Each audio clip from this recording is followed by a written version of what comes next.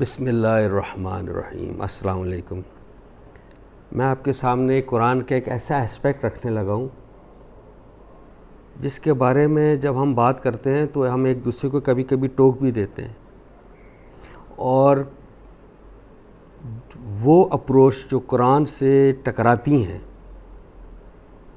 وہ اس کے مترادف بات کرتی ہیں جو قرآن کہہ رہا ہے۔ دیکھیں، آپ نے اکثر دیکھا ہوگا ہماری گفتگو میں ہوتا ہے کہ آپ جنت کی کیوں بات کرتے ہیں کہ ہمیں جنت ملے گی، نیک کام کریں جنت ملے گی۔ کیا آپ جنت کے لیے کام کر رہے ہیں؟ آپ نے اللہ کو راضی نہیں کرنا؟ تو آپ سمجھتے ہیں یا اگلے کو یہ امپریشن ملتا ہے کہ یہ کوئی لالچ ہے جس کے لیے ہم نیک عمل کرتے ہیں کہ وہ جنت ملنی ہے یا نہیں ملنی ہے۔ دیکھیں قرآن کہاں پر کھڑا ہے۔ میری جتنی بھی کلپس ہیں یوٹیوب چینل پہ وہ ایک ہی بات پر سٹریس کرتی ہے کہ ہم نے دیکھنا ہے کہ ہماری سوسائٹی ہمیں کیا درس دیتی ہے یا کیا رائے رکھتی ہے ان ریلیجس میٹرز اسپیشلی، یا اخلاقیات پر بھی۔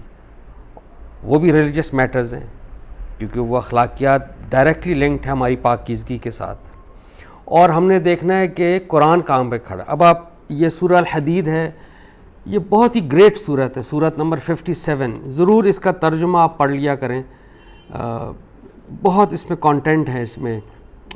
اس کی آیت 21 ہے، ملاحظہ فرمائیے۔ اعوذ باللہ من الشیطان الرجیم، بسم اللہ الرحمن الرحیم۔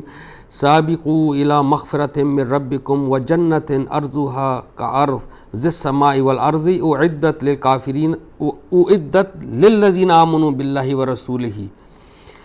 یہ اس کا اقتباس ہے، پوری آیت میں نے نہیں پڑھی۔ اس میں اللہ پاک کیا فرما رہے ہیں دیکھیے، دوڑو اور اپنے پروردگار کی مغفرت اور اس جنت کی طرف ایک دوسرے سے آگے بڑھنے کی کوشش کرو جس کی وسعت زمین اور آسمان جیسی ہے، ان لوگوں کے لیے تیار کی گئی ہے جو اللہ اور اس کے رسولوں پر سچا ایمان رکھتے ہیں۔ دیکھیے اللہ کیا کہہ رہے ہیں، یہ قرآن کا میسیج ہے، اللہ جو پیغام ہے، اللہ کہہ رہے ہیں کہ آپ میری اس جنت کی طرف لپکیں۔ It is something to strive for. اگر آپ نے کسی چیز کی جستجو کرنی ہے apart from all the things that we have in life, Allah کہتے ہیں آپ اس جنت کی جستجو کریں جو میں نے نیک لوگوں کے لیے بنائی ہے، اور اس کی وسعت زمین اور آسمان جیسی ہے۔ تو دیکھیں قرآن کہاں کھڑا ہے۔ قرآن ہمیں کہتا ہے کہ آپ جنت کی تیاری کیجئے، آپ نیک اعمال اللہ کو راضی کرنے کے لیے کیجئے اور اللہ کی جنت حاصل کرنے کے لیے کیجئے۔ اس کی بڑی اچھی ایک دعا ہے، میں آپ کو بتاتا ہوں۔ فرعون جو تھا، اس کی جو بیوی تھی، غالباً ان کا نام حضرت آسیہ تھا، وہ مسلمان تھیں۔ اب آپ دیکھیے کانسیپٹ کلیئر ہو تو کیسی دعا منہ سے نکلتی ہے۔ حضرت آسیہ کی دعا قرآن میں منقول ہے۔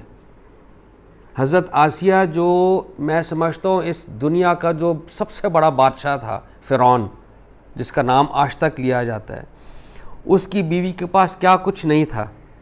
اس کی دعا جو قرآن میں نقل ہوئی ہے وہ ہے، یا اللہ مجھے جنت میں گھر عطا فرما۔ تو آئیے اس کی جستجو کیجئے۔ یہ قرآن بتائے گا ہم نے کس چیز کی جستجو کرنی ہے۔ یعنی کہ دنیا میں جتنی جستجویں ہم کریں گے، ہم پڑھائی کریں گے، ہم پروفیشنلی اچھے ہوں گے، ہم کیریئرز بنائیں گے، بیوی بچے ہوں گے، ہم دولت بنائیں گے، سب کچھ کریں گے، لیکن اللہ کی اس حدود میں رہتے ہوئے، تاکہ اس حدود کے اندر ہم رہتے ہوئے اللہ کو راضی کریں اور اس کی جنت کے مستحق ٹھہریں۔ بہت شکریہ۔ السلام علیکم۔